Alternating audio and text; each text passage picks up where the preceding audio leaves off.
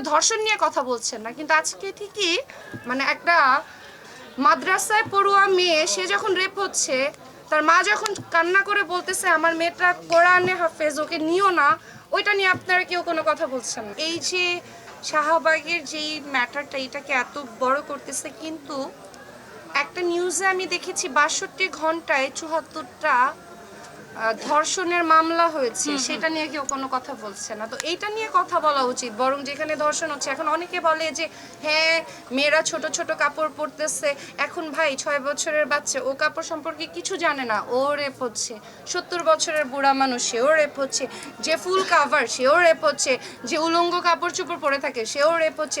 So rape যারা, আমি একটা সিম্পল কমেন্ট করতে পারি না এটা নিয়ে, আপনারা এটা নিয়ে কোনো কথা বলেন না, কিন্তু আপনারা ঠিকই শাহবাগের ওই জায়গাটাতে, কারণ এটা হচ্ছে আপনাদের, এটা আপনারা ইচ্ছা করে করেন যেখান থেকে আমাদের মুখ থেকে এমন কিছু বের হোক যেটা কন্ট্রোভার্সি হয়, কিন্তু কেউ কিন্তু একটাবারের জন্য ধর্ষণের কথা বলেন না। যে বাংলাদেশে যে এত ধর্ষণ হচ্ছে সেগুলো নিয়ে আমরা কি ভাবছি বা আপনাদের কি করা উচিত। আমার কাছে আপনারা একটা মানুষও, আমি লাস্ট কয়েকদিন ধরে আপনাদের সাথে দেখা হচ্ছে, কেউ ধর্ষণ নিয়ে কথা বলছেন না, কিন্তু আজকে ঠিকই একটা মেয়ে থাপ্পড় খাইছে সিগারেট খাওয়ার কারণে, সেটা নিয়ে আপনারা কথা তুলছেন। কিন্তু মানে একটা মাদ্রাসায় পড়ুয়া মেয়ে সে যখন রেপ হচ্ছে, তার মা যখন কান্না করে বলতেছে আমার মেয়েটা কোরআনে হাফেজ, ওকে নিও না, ওইটা নিয়ে আপনারা কেউ কোনো কথা বলছেন না। মানে এইটা ঠিক না, এটা তাইলে তো হয়ে গেল একতরফা।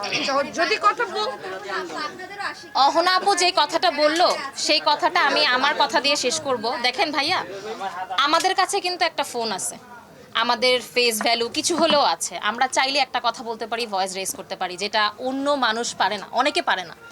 সো আমরা যেন আমাদের মোবাইলটা বা ডিভাইসটা বা আমাদের ফেস ভ্যালুটা বা আমাদের মুখের কথাটা এমন কাজে বা এমন কি বলবো ওয়ার্ডে ইউজ করি যাতে মানুষের উপকার হয়। হ্যাঁ, যে তা না হলে না ওই সাধারণ মানুষ আর আমাদের মধ্যেই কিন্তু পার্থক্য থাকবে না। আমাদের হাতে ফোন আসার জন্য আমরা যা খুশি তাই করবো, যা খুশি তাই বলবো, বিষয়টা যেন কখনো এরকম না হয়।